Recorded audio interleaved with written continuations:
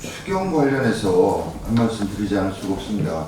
원래 재난재해 추경이라고 시작을 해서 중간에는 경기부양 추경이라고 하더니 지금은 이 일본의 경제보복에 대한 대응책 마련을 위한 추경의 필요성을 얘기하고 있는데, 일본 경제보복과 관련해서 국회 본회의장에서 총리가 1,200억 얘기를 하더니 하룻밤 자고 일어나서 여당에서 3,000억 얘기했습니다. 지금 7,000억, 8,000억 얘기를 하고 있는데 어디에 쓰겠다는 건지 제1야당의 정책의장인 저한테도 우리 당의 예결위의 위원장, 간사 어떤 분한테도 제대로 된 어떤 설명, 제대로 된 거 보자고 어떤 식으로든 종이 한 장도 제대로 된 걸 본 적이 없는 이런 상황에 있습니다.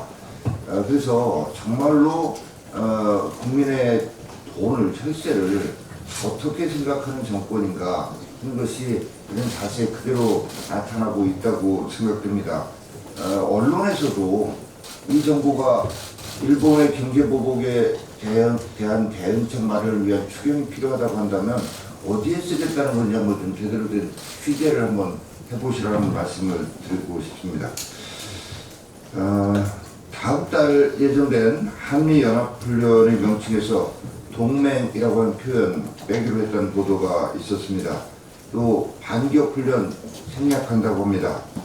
그래서 훈련의 초점을 전자권 전환 검증에 둔다고 하는데, 이 이유가 북한의 반발을 우려한 조치라고 합니다. 참으로 개탄스러운 이런 조치라고 하지 않을 수 없습니다. 지난주에 대통령이 취임 후에 처음으로 군 원로들을 청와대로 불렀습니다.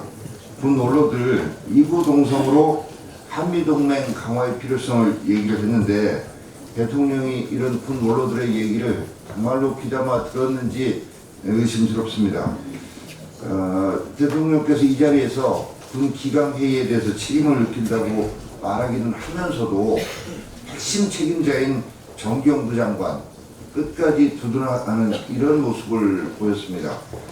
거기다가 어제 언론에 보도된 이 청와대 안보실 1차장의 행동, 이거는 정말 그대로 묵과할 수 없는 일입니다. 청담도에서 벌어진 잔만경 해프닝 사건 관련해서 이 주요 지휘관이 참석한 화상회의가 열렸는데, 청와대 안보실 1차장이 그 사단장을 직접 질책했다라고 하는 얘기인데, 군의 지휘체계를 완전히 무시한 이 청와대 우소부리의 이런 모습에 대해서 정말 군 기강이 다 빠진 분위기를 합니다만, 군 내에서 이럴 수가 있냐라는 이런 술렁거림이 나오고 있다는 겁니다. 근데 이 사람은 문 대통령으로부터 엄중 경고까지 받은 사람이 이런 일을 하고 있습니다. 정말로 어쩌다가 우리 군이 이렇게까지 됐습니까? 문재인 대통령은 이 안보 1차장 경고가 누구는 도저히 안 될 사람입니다. 엄중하게 책임을 묻고 정경두 장관에 대해서 국회에서 해임 건의안 처리될 수 있도록 해야 할 것이고, 국정조사에 응해야 한다는 이런 말씀드립니다. 이상입니다. 네, 정양석 교수님.